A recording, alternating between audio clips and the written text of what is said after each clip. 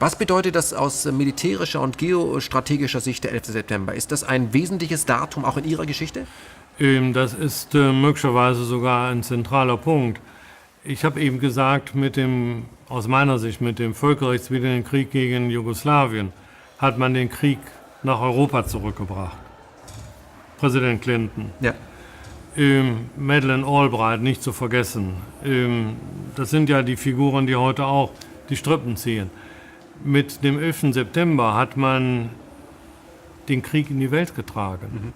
Man hat sich ja mit Afghanistan, mit Irak, mit Syrien, mit Libyen, mit Mali in einer Weise so beschäftigt, dass ich nur sagen kann, das wäre vorher so nicht denkbar gewesen. Es hätte auch keinen Anlass gegeben. Ja. Clash of Cultures, Verzicht auf Völkerrecht, die Kriege werden in die Welt getragen, die Weltherrschaft steht an. Und insoweit ist der 11. September von dramatischer Bedeutung. Ist für Sie der Fall des 11. September als Kriminalfall eigentlich geklärt? Glauben Sie, die offizielle Version, also der Commission Report, wo zum Beispiel BTC 7 keine Rolle spielt?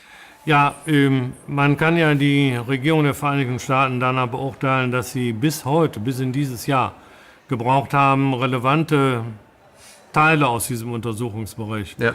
die die Rolle aus Saudi-Arabien beleuchten, gebraucht hat, um das zu veröffentlichen. Wer so rumtrickst, der hat nicht die Glaubwürdigkeit auf seiner Seite und ich will es dabei aus meiner Sicht auch belassen.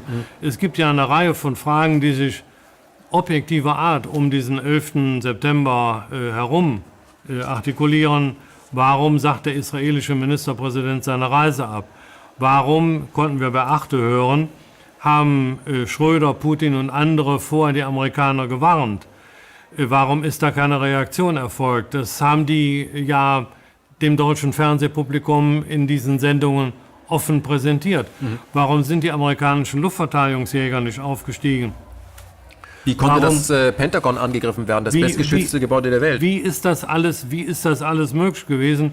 Und solange man da keine zufriedenstellenden und nach menschlichen Kriterien objektiven Antworten drauf bekommt, muss man natürlich sagen, die Vereinigten Staaten haben zur Durchsetzung ihrer globalpolitischen Interessen eine ziemlich gute Geschichte, in Anführungszeichen, Anlässe zu schaffen, die ihnen das Eingreifen ermöglichen. Das fing Ende des 19. Jahrhunderts mit dem Schiff Maine, dem amerikanischen Kriegsschiff im Hafen von Havanna an, wo der spanisch-amerikanische Krieg losgetreten wurde. Kuba war die Konsequenz und die Philippinen. Ja. Und wir haben es im Golf von Tonkin gesehen, wir haben es mit den Zwischenfällen in Jugoslawien mit Rajak gesehen. Ja. Das sind alles Anlässe, die man immer wieder nutzt, um einzugreifen und das macht den Rest der Welt halt misstrauisch und die amerikanische Regierung scheint keinen Wert darauf zu legen, ihrem eigenen Volk Aufschluss zu geben, erst recht nicht uns. Ein namhaftes Physikmagazin hat jetzt mit dem Titel aufgemacht, dass alle 3 Gebäude, die da in New York zusammengebrochen sind, kontrolliert gesprengt wurden. Darauf haben die Massenmedien bisher nicht reagiert, obwohl die namhafte Wissenschaftler, die ja hinter diesen Aufklärungs- oder dieser Truther-Bewegung stecken, das sind ja eben keine Verschwörungstheoretiker, meistens sind es Wissenschaftler, obwohl die das eben namentlich publiziert haben. Ist auch interessant, dass man darauf gar nicht so reagiert hat.